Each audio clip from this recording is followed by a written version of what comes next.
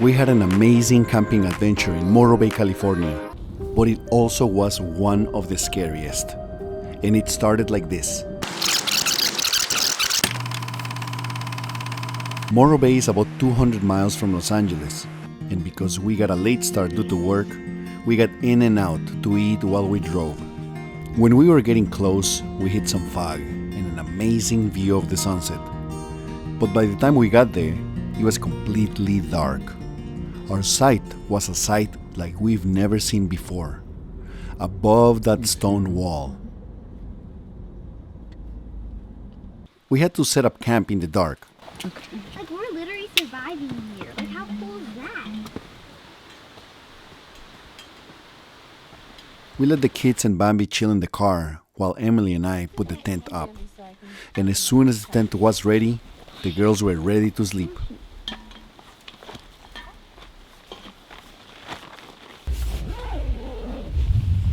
It was one of the few times we didn't have a fire on the first night, but Emily and I did have some fire water. The girls stayed awake for a little bit while Emily and I hung out.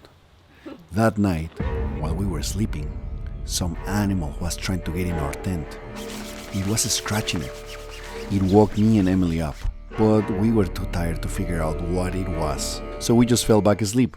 We woke up pretty late, at around 10 a.m. We were surrounded by greenery and a little mountain.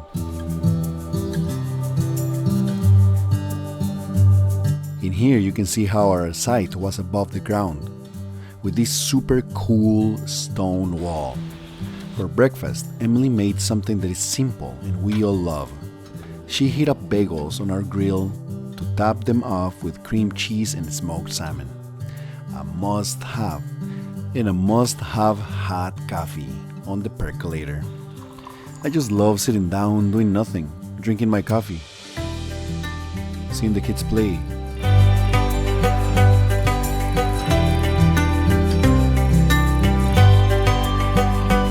We brought a slingshot that we bought previously in Mexico.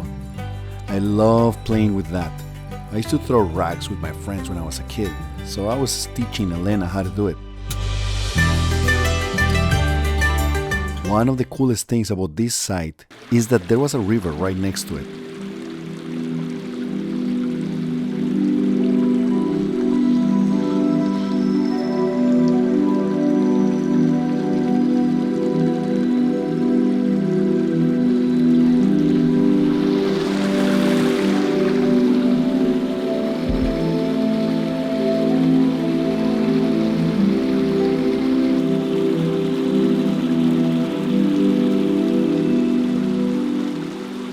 The girls collected some rocks.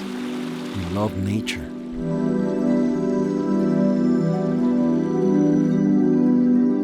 The creek makes everything around it so green. After hanging out for a bit, we went to the beach, even though it was cloudy. How many roads you were told to go on forever? And how many times you must lie. It was nice to see the ocean. After our beach day, we came back to base camp to have dinner. It was pretty dark already, and it felt a little cold. It goes on. How many years roll on by? We learn from each For other. dinner, we had spaghetti with bread. How many chances do you get to fade or recover? It goes on. It goes on. It goes on. It goes on. Since it got dark pretty early, we tried starting the bonfire, but we could not get it started. The firewood must have been wet. To make things worse, we started hearing a very weird sound right behind our tent. We felt a little weird because the night before something was trying to get into our tent. We came with our flashlights, but could not spot anything. The weird animal sound kept going. And every time we would get close to it, it would stop. And we could not see any animal. Usually when you point your light and there's an animal, you see the reflection of their eyes. But this time, nothing. We hung out for a little bit. It finally got quiet, and we got to sleep. The weather here has been literally perfection. There's no humidity, there's no heat, it's not cold, but it's cool enough to sleep perfectly and sleep in into like today, 10:30 in the morning, and yesterday same, like 10 in the morning. Went to Marina Peninsula, Trailhead, a half a mile long boardwalk. It's a great place to walk, see birds, enjoy the weather, take photos and just relax.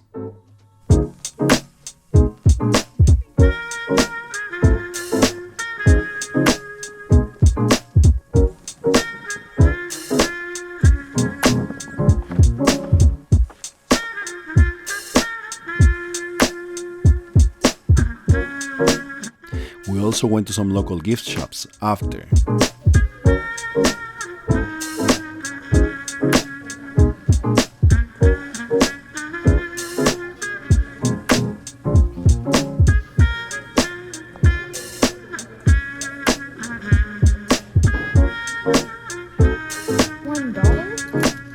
And to the beach. But it was sunny, so we came prepared with sandwiches and drinks. It was the perfect day to be at the beach.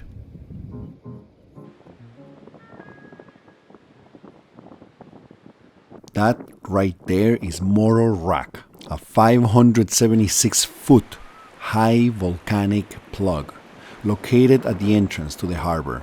The descriptive term morro is coming to the Spanish, Portuguese, and Italian. Prominent hill-shaped rock formation. Originally, it was surrounded by water, but the northern channel was filled in to make the harbor. In 1968, it was designated a historical landmark. Morro Bay is very popular for its sea otter population. They hang out pretty close to the shore, so it's pretty easy to spot them. They're so cute. We were lucky to see them close.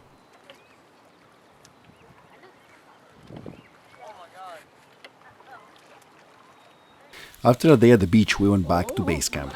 The temperature dropped. For dinner, we had an all-time favorite, beer brats on the grill with a side of beans. Okay. Do you see that? After dinner, the girls helped find some kindling, and this time we got dry firewood. We could not afford to have another night without a bonfire.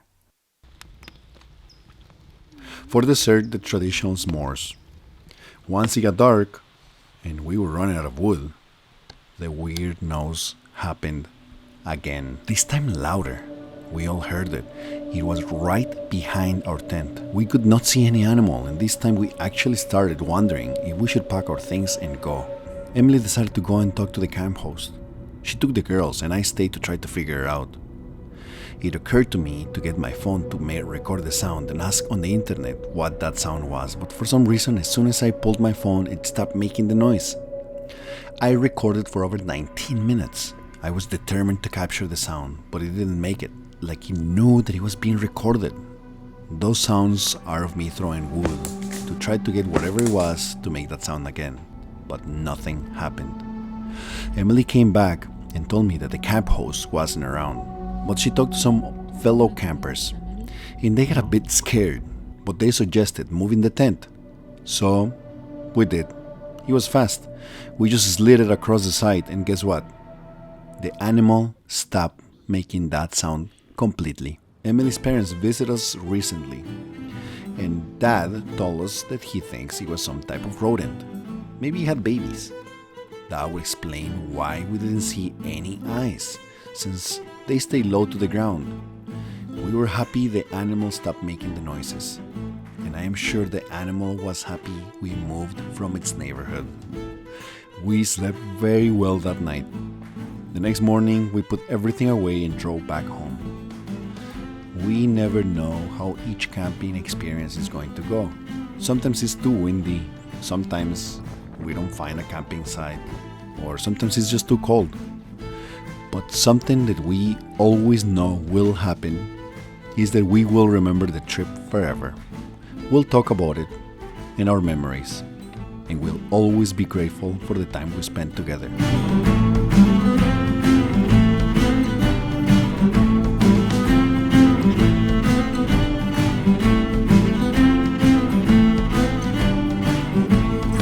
also happy that the sound didn't come from some extraterrestrial that was trying to kidnap us. I hope that you enjoyed this adventure with us. Thank you for watching.